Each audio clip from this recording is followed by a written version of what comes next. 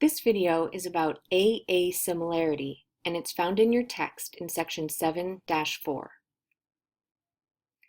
To show that two polygons are similar, we can always measure each angle and each side individually to show that the definition of similar polygons holds. All angles are congruent to corresponding angles, so we could measure this angle, make sure it's the same as this, make sure this angle is the same as this one, etc. And we would also have to measure every side and make sure that all of the sides are in the same proportion to their corresponding side. But isn't there an easier way? Well, it turns out that there's something special about triangles. Triangles are the only polygons that have the AASimilarity postulate. And here's what it is.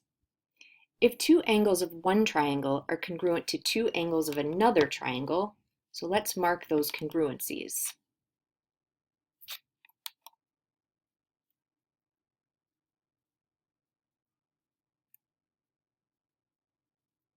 Then the triangles are similar. Simple as that. Instead of having to measure every single side and find the ratio and make sure that all corresponding sides had the same ratio, all we had to do was know that two angles were congruent to two angles in the other triangle. Well, if it's that easy for triangles, why can't quadrilaterals have a similarity postulate? Maybe an AAA-similarity postulate. Or what about other kinds of polygons too? Do they have similarity postulates? The answer is no. So if you were talking to a quadrilateral who claimed to have an AAA similarity postulate, which example here would be a good convincing counterexample for that claim? Okay, let's do some solving problems using the AA triangle. Let's make sure we specify that it's only for triangles, similarity postulate. Example 1, we're supposed to write similar, not similar, or no conclusion possible. So in part A, we're given 60 degrees is an angle in both of these triangles. And then using the interior angles of a triangle sum theorem, we can figure out what this angle is. We can say from this triangle here, we have 180 degrees, and we're going to subtract the known angles, 60 and 59, and what we get is the remaining angle, which turns out to be 61 degrees. So now we have a 61 degree angle in the smaller triangle and a 61 degree angle in the larger triangle, and we have AA similarity between these two triangles. So our answer is similar by AA. Okay, what about part B here? Now we're not given any angle measures here except for the 90 degree angles that are indicated by the right angle symbols. So it might seem like we're stuck here, but one thing to notice is that these two triangles, the larger triangle and the smaller triangle here, are actually superimposed, and so that they share this angle here. This angle is part of both triangles because the triangles are overlapping. So in fact, these two triangles, the larger and the smaller, do have two sets of corresponding congruent angles. And again, we can say that the larger and the smaller are similar by AA.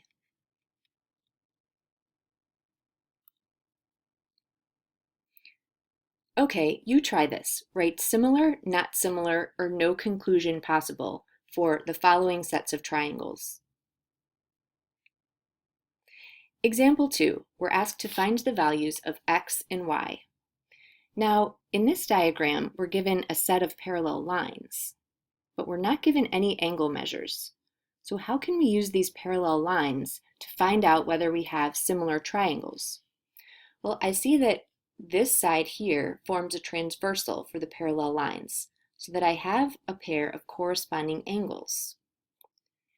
Also, this side of the triangle forms a transversal, so I have another pair of corresponding angles, and thus I have two sets of corresponding congruent angles, and I have triangle similarity by AA between this smaller triangle and the larger triangle. I also could have used the fact that both triangles share this angle here. I decided to use parallel lines to establish these angles this time. Okay, so by adding 12 and 4, we can see that this side of the larger triangle is equal to 16. And the corresponding side, 16, corresponds to the side that measures 12 in this smaller triangle. This side corresponds to this side. So we can find our scale factor if we're scaling down from the large to the small triangle.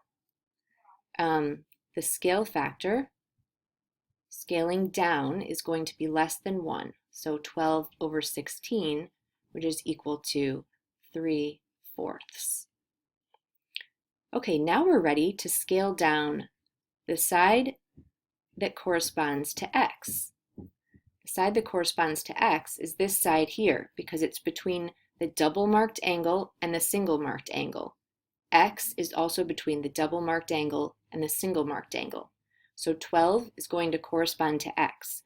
We're going to have to scale 12 down. So we're going to say 12 times 3/4 is going to give us x. And the 4 goes into 12 3 times. So we have 3 times 3 is 9. So x equals 9. Okay, now finding y is a little bit trickier because y is only part of this longer side.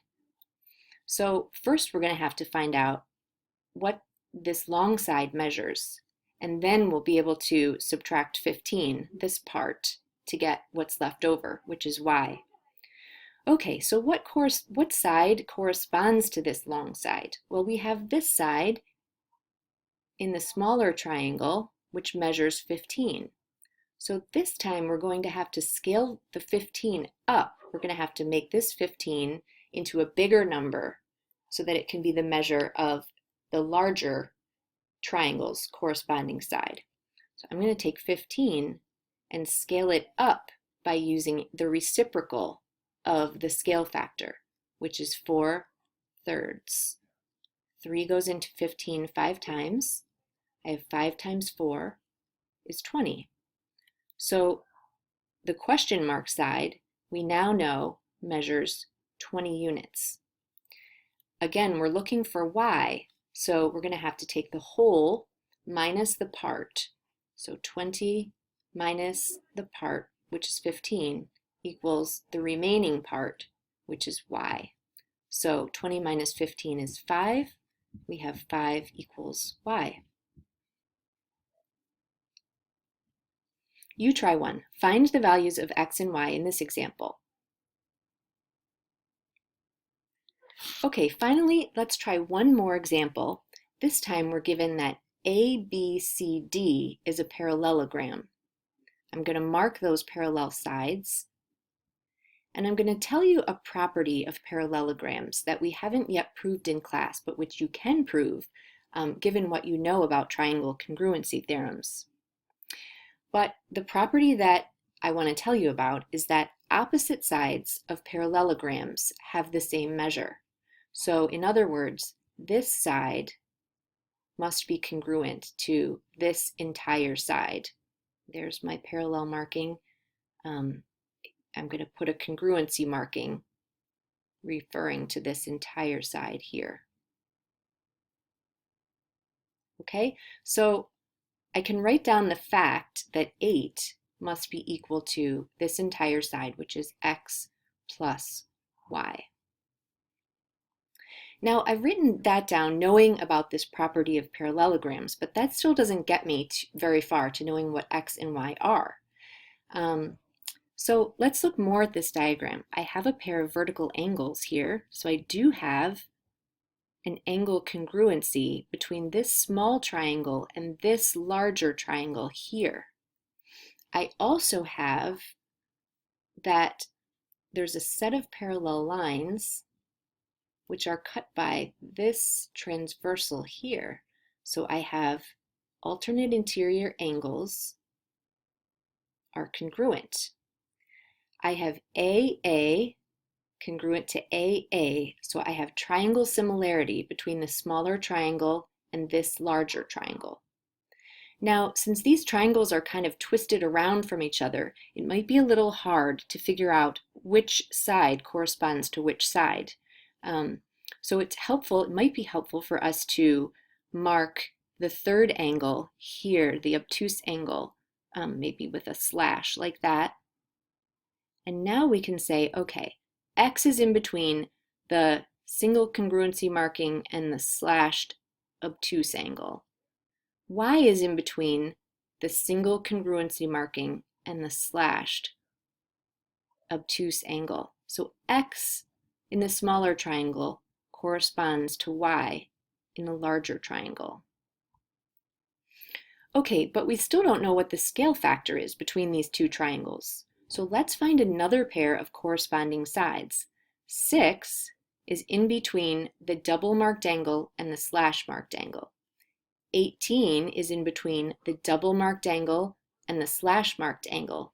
So I see that 6 corresponds to 18. With a scale factor of, if I were to scale the smaller triangle up to be larger, I would have something more than 1, 18 over 6, which is a scale factor of 3. Okay, so I know that to go from smaller to larger, I'm multiplying every side measure by 3. Well, that tells me that 3 times x must be equal to y, because this side marked x corresponds to this side marked y. And now I can use substitution to solve for x. I'm going to rewrite this equation down here. 8 equals x plus, instead of writing y, I'm going to write 3x. So 8 equals 4x, and therefore 2 equals x. Okay, now my only remaining task is to find y. So I'm going to use this equation here to say 3x equals y. I know what x is. 3 times 2 equals y, and therefore 6 equals y. And that makes sense, because if my scale factor is 3, then x, which is 2, scaled up by multiplying by 3, should equal y, which is 6. You try an example like this. We're given that ABCD is a parallelogram. For further practice, see page 257 of your book, numbers 1 to 9 odd, 11, and 21.